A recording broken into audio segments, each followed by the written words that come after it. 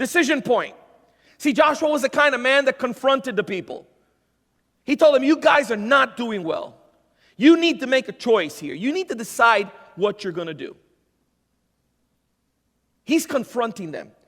But turn the page with me to Joshua, the next book, chapter 2. Judges chapter 2. Here we read the death of Joshua, starting in verse 6. Judges 2:6. Here's what the Word of God says. When Joshua dismissed the people of Israel went each to his inheritance to take possession of the land. And the people served the Lord all the days of Joshua and all the days of the elders who outlived Joshua, who had seen all the great work that the Lord had done for Israel. And Joshua, the son of Nun, the servant of the Lord, died at the age of 110 years. And they buried him within the boundaries of his inheritance in Timnath-Heres, in the hill country of Ephraim, north of the mountain of Gash. And all that generation also were gathered to their fathers. They all passed away. And here's the sad part. And there arose another generation after them who did not know the Lord or the work that he had done for Israel. I'll read that part again.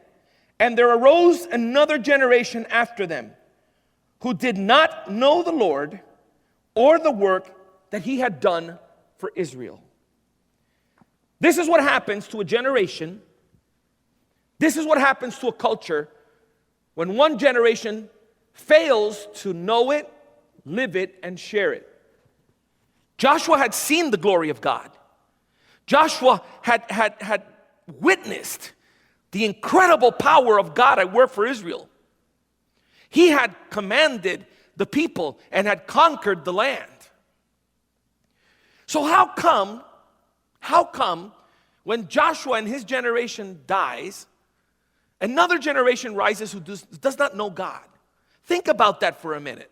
What has to happen for there to be such a disconnect between one generation and another? It doesn't say that they didn't like God. It doesn't say that they didn't approve of God. It didn't say that they didn't really believe a lot of the stuff that had happened. No, they didn't know God. They had no clue. What happened is that the generation of Joshua who knew it, some of whom lived it, none of whom shared it.